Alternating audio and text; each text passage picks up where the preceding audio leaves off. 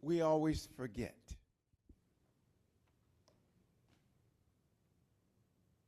Tell you what we forget. We go through life, things are going well, and we think, that's because of me. That's pretty good. I'm doing great. That's me. I did that.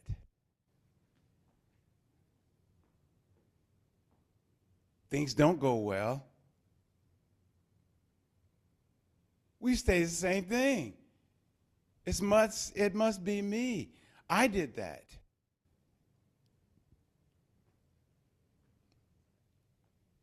We have different versions of it.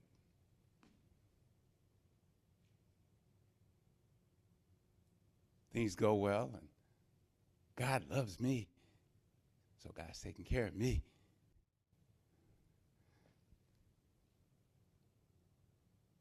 And when things don't go well, it's, uh-oh, God must know what a real schmuck I am. And now she's making me pay for it.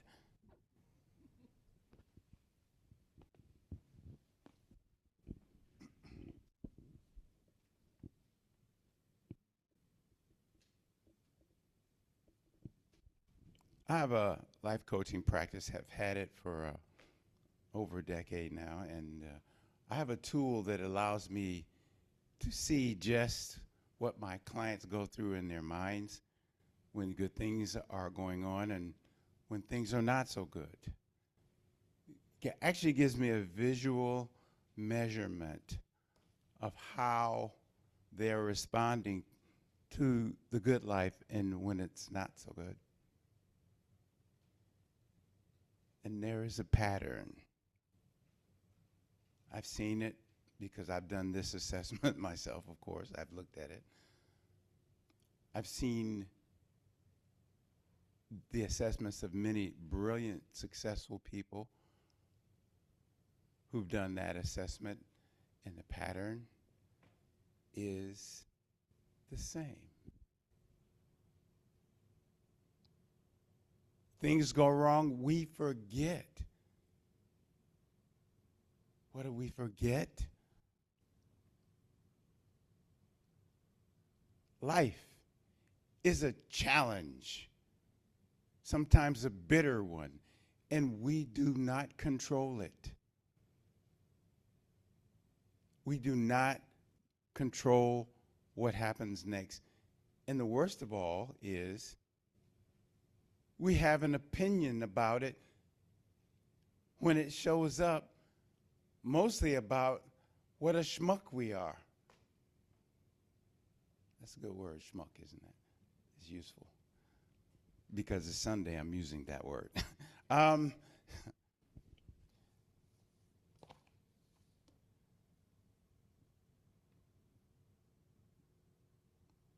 The difficulty is we have various ways of abstaining from life when it turns out wrong, which is exactly the wrong time to abstain from life.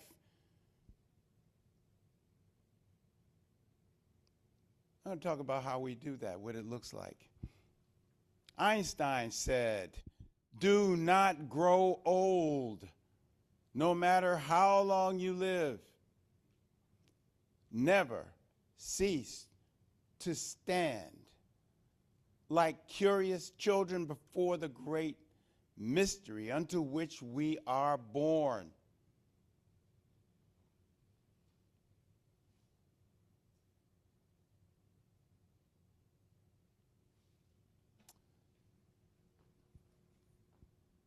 I'm going to describe a typical, very human set of circumstances. I'm going to describe a couple of them, and maybe even the stuff that happened to me,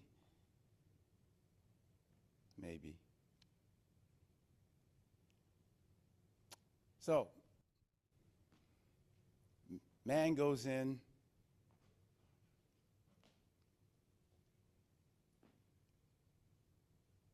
to this big place, and by there's a big uproar, and he comes running out. terrified, horrified, all but petrified. His legs still worked, got him out of there. And his friend said, "What happened?" "I went into this big place," he says, "and all these people were there. They're waving, they're screaming at me.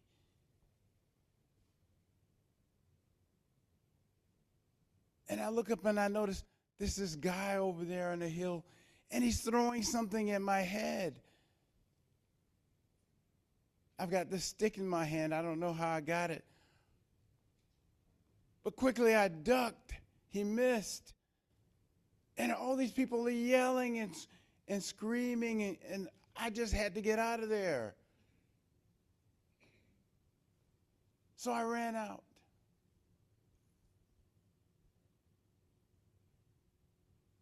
That's the first guy. Second guy goes in. This time, he's chased out, and he's all pissed off. And they leave him alone.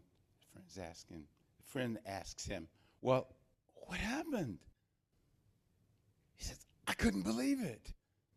There's all these crazy people making noise when I went in there. And I couldn't believe it. I had this stick in my hand, don't know how I got it, and someone threw something at my head, and I just lost it. I just charged the guy with the stick. I was going to beat his brains out for, what's he trying to do? What's going on?" And all these crazy people making all this noise surrounding us. I never got to the guy because he was surrounded, and they chased me out of there.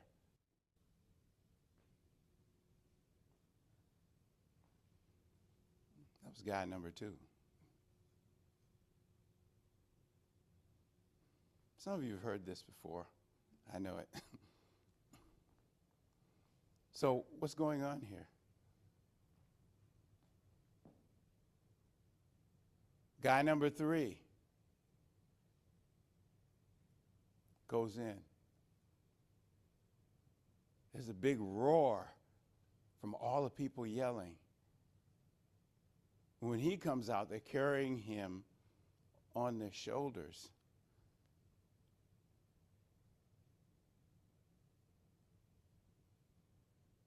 And his friend asks him, "What happened?" Have you all figured out what's going on yet?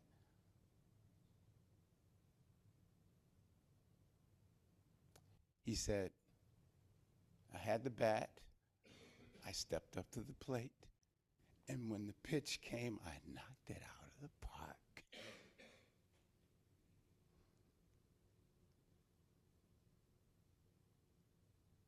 We don't do that. That's not what we do. We go into a game where we don't know what's going on, and when someone throws something at our head, we don't know what the game is. So we either figure we're being punished because God caught up with us, the schmuck that we are, and is punishing us. And all these people obviously agree, and we run out of the park screaming. Or we try to beat the guy's head in for having the nerve, the effrontery, to strike at me in this situation instead of playing ball.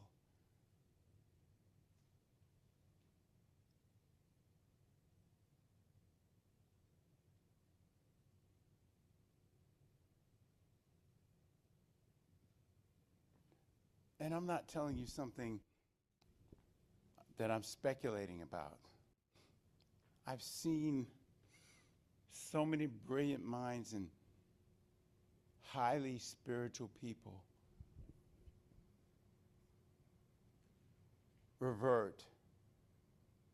default to the first 2, And to a certain percentage of them, they'll occasionally realize, hey, we're playing baseball here.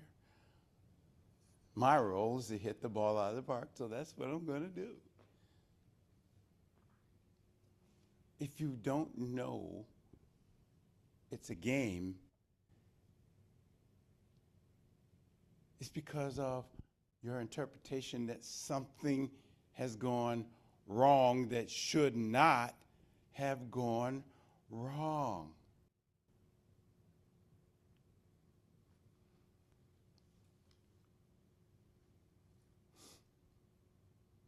Now, I've seen this in the assessment so many times, and it gives me an opportunity to really help others deal with this turn of mind that brings disaster instead of a home run.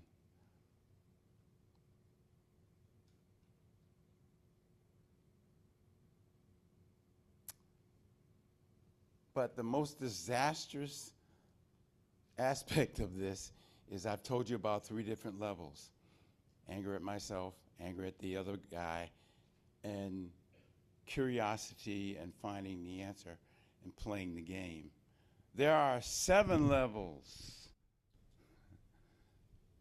all the way down from self-destructive to enlightened, or apparently enlightened, pretty close to being enlightened, free from fear. It's available to every one of us.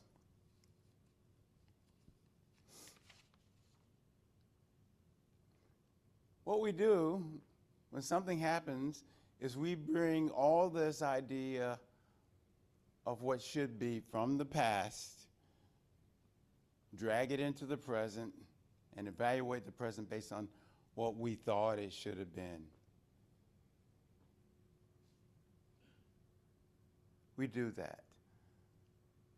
You know how I met this woman? I was refused a promotion. And I thought it was a bad thing. I didn't know. I worked for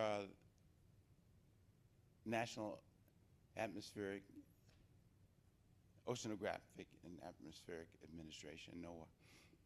Technical guy, and I was pretty much the hot shot among the crew, but I didn't have a degree, so the guy in charge of the shop said, well, I really can't promote you to the head of the shop because this is NOAA. We all have degrees. I mean, NOAA is a place where people who work on the oceans and make predictions and study what's going on the oceans, actually, for the most part, they are physicists now. You don't have a degree, so I can't promote you. But I said, but I'm the most qualified. So I'm going to promote this young guy. He's coming along. He'll learn. I was so angry. And, you know, I should have gotten the promotion. I should have had a degree, all that. I was just pissed off. So I left Virginia, where I was living, and I came to New York because of it, really, and I met her. Turned out pretty good. But at the time, I was just sure life had just dealt me a dirty one that I did not deserve, or maybe I did deserve it. That's the worst part of this.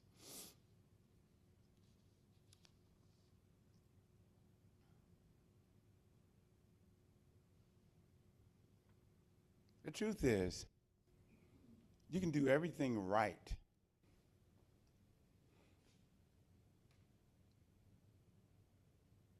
And somebody will run that red light,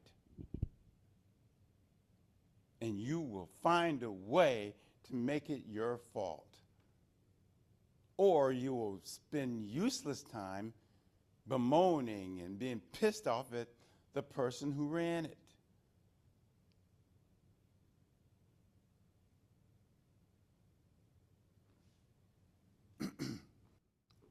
why do I say that being bemoaning your incidents in life and being pissed off is waste of time? Because it is. It is. Somebody taught you that justice shall prevail. You've been watching too many movies and rom-coms and TV shows, because that's not the way life works. And while you spend your time getting justice, and believe me, that's not unimportant, you neglect your life. It happens.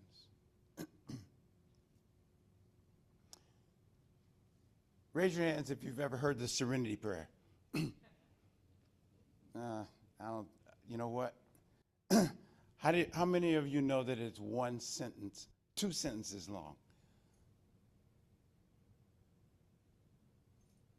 Oh, some of you are nodding your head. Well, it's 2 sentences long, but I'll tell you, most of us have only heard the first sentence. Now, I'm going to read it to you. And it's interesting whether you think God is the big lady, you know, in heavens, or the big guy in heavens making decisions for you and setting the world aright and keeping things afloat, or if God is the universe. Doesn't matter. It goes something like this, these serenity prayers. Grant me the serenity to accept the things I cannot change, the courage to change the things I can change, and the wisdom to know the difference. Second sentence. Living one day at a time, enjoying the moment, enjoying one moment at a time,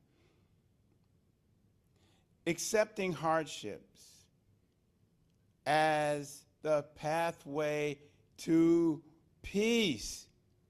I'm going to read that again. Accepting hardships as the pathway to peace. Taking as he did this sinful world as it is, not as I would have it. Trusting that he will make all things right if I surrender to his, her will. That I may be reasonably happy in this life and supremely happy with him, God, forever in the next. So,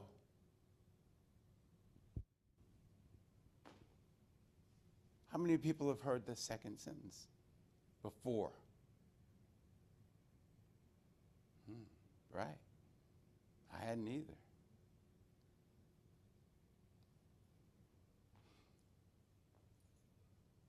So life is about dealing with and learning life.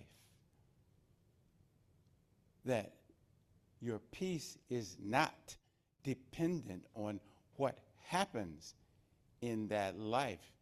Easy words to say, I know. This is how we are.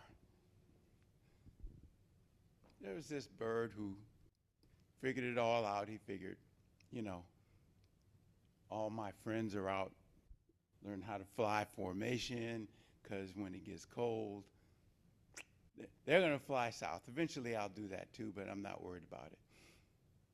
And they said, come on, practice with us, fly with us. We'll get there and it'll be nice and warm, because it's going to get cold here. He said, sure. No, never mind, I'll get to it. I know what to do. And they flew off. Now, this is the second pack.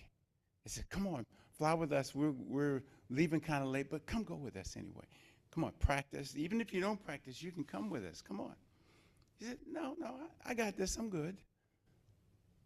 I'll be there in a minute. They left. Soon after, it started snowing. Started getting cold, and he's thinking, maybe I should have gone with one of those groups. But I don't like this, so he starts flying. And what happens? The snow and the cold catch him, and his wings freeze over. He's bitterly cold, and he's so cold that he can't flap his wings anymore.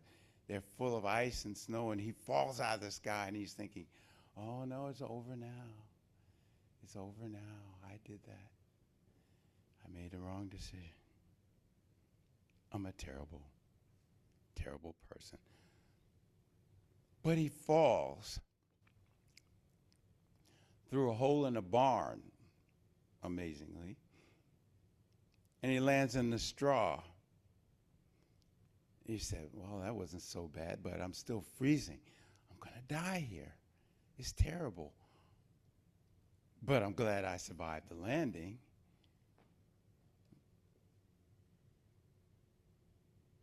And then one of the horses strolls over and, well, horses eat and just like we do, and they defecate just pretty much like we do. And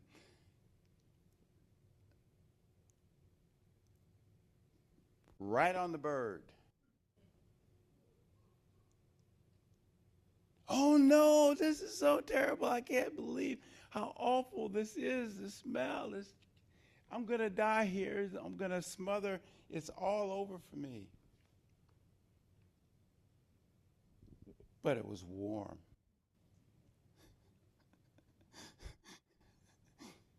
So he was happy. Melted the ice on the wings, the snow, all that. He was just.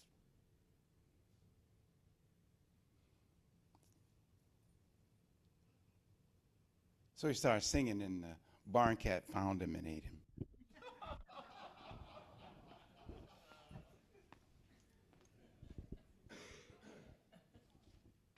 So, what's the moral of that story?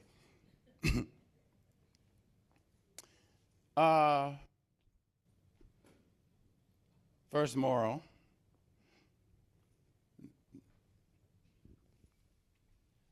not everybody that plops on you is your enemy.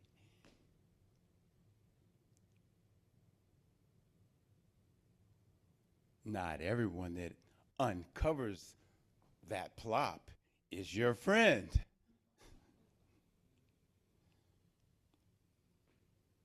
When you are warm and safe, number 3, even if you're in a pile of dung, keep your mouth shut.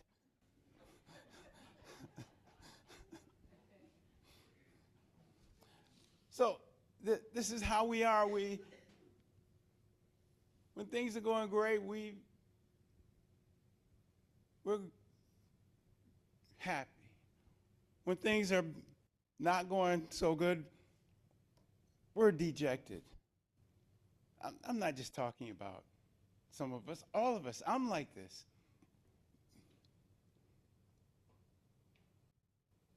In Taoism, there's a saying, well, when to be happy when things are going well and sad when things are not going well is to make you a victim of circumstance, is how it goes.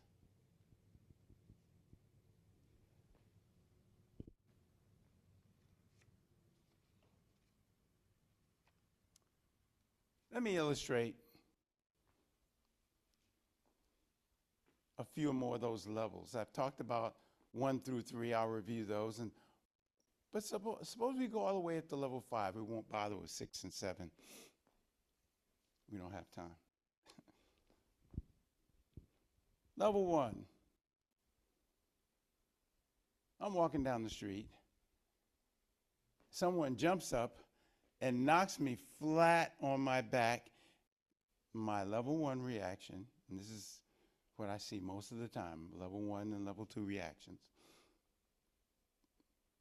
is to lay there while this person kicks me and hits me and thinks, oh, this is terrible. Somewhere in the back of my mind, I'm thinking, really, I probably deserve this. How awful is this? And I'm not a good person. And you go down the list that you learned in the past of why you're not a good person. And you lay there and you think, I must deserve this somehow. Level 2 response, walking down the street, person jumps up and knocks me on my behind again. I get up and I proceed to wail the tar out of this person, the nerve they have of hitting me. That's the second most popular response to adversity that we all tend to have, one of those two, in some symbolic form or another. Then level 3 comes along. Someone jumps up, swings at him. He takes a step back. Maybe he studied martial arts, because that's the first thing they'll tell you to do. He takes a step back. He looks to the left, he looks to the right, and he checks to see what's going on in front of him. And he's also aware of what might be going on behind him. And he is assessing the situation instead of collapsing into a reaction that he was taught, like, take it because you somehow deserve it, you schmuck. I like that word. Or, you're not going to get me before I get you reaction. This is hard to hear, really. I know it because we all get stuck in these patterns. But if I expose the pattern to you, maybe you'll get to a point when it comes up again, you'll say, no, wait, hey, I can choose and maybe choose another response here that allows me to take a step back in the situation and be curious. Be curious. What did Einstein say?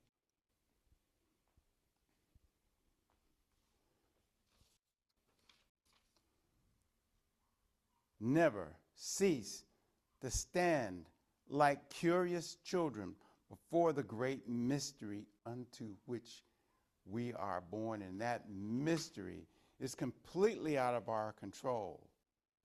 Now, I know some of you think, well, law of attraction works. That's fine. But sometimes what you attracted wasn't really what you had in mind. I'm sure you've noticed that. So what now? Oh, close my eyes and attract something different? Well, I say keep your eyes open while you're attracting something different.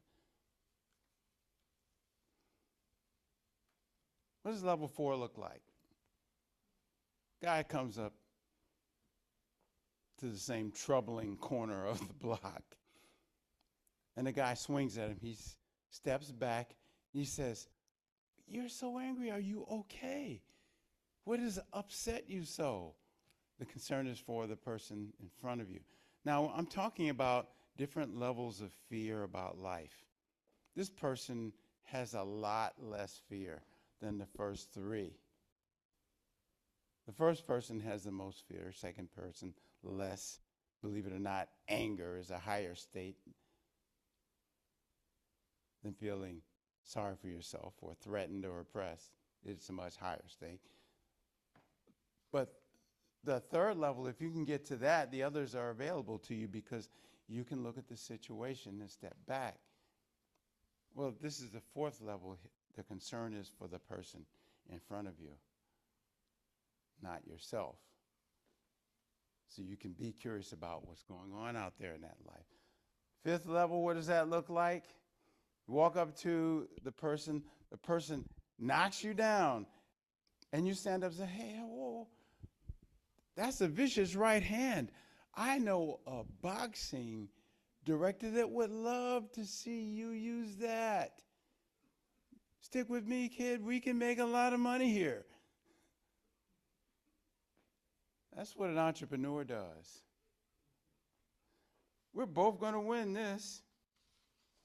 Same life, same circumstances, completely different response. And how about this? Baruch Spinoza says, the more you struggle to live, the less you live.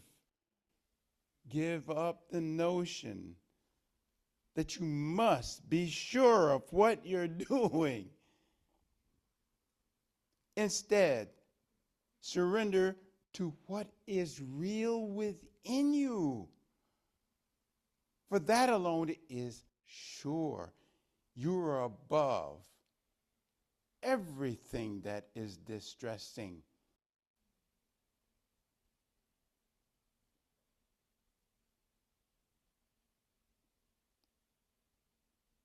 You are above everything that is distressing.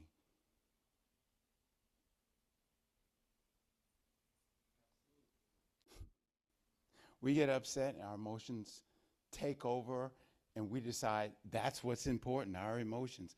I feel bad. I feel good. None of that's important. Not really. It won't keep you on the bicycle if you're so happy you stop pedaling.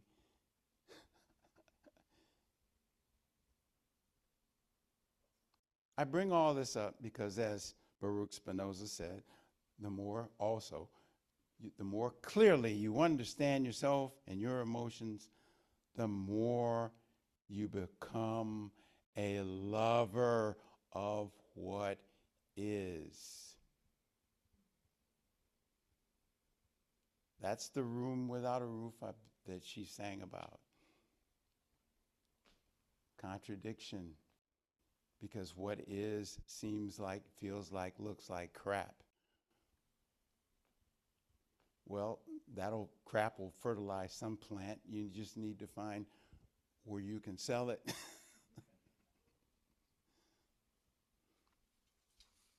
Leave you with lesson 300 of A Course in Miracles workbook.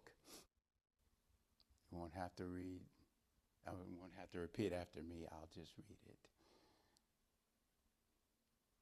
Lesson 300, only an instant does this world endure.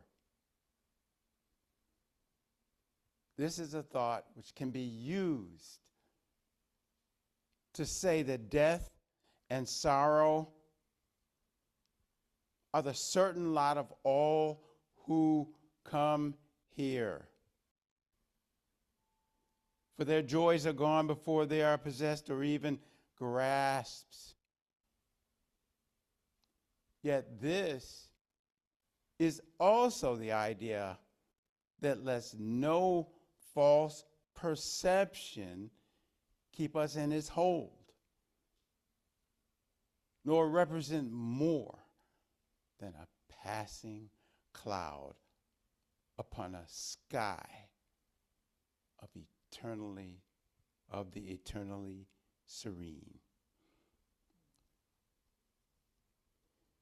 It is this serenity we seek, unclouded, obvious, and sure today.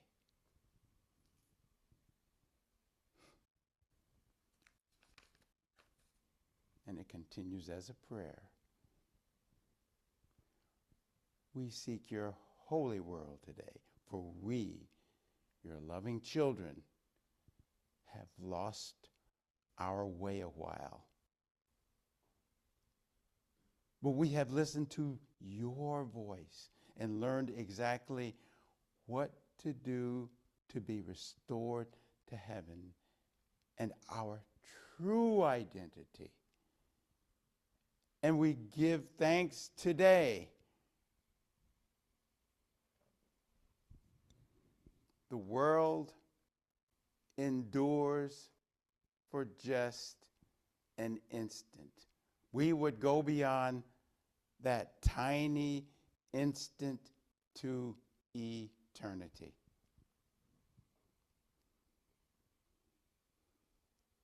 And my oneness commentary for this lesson is time is done. Oneness remains eternal. I thank you.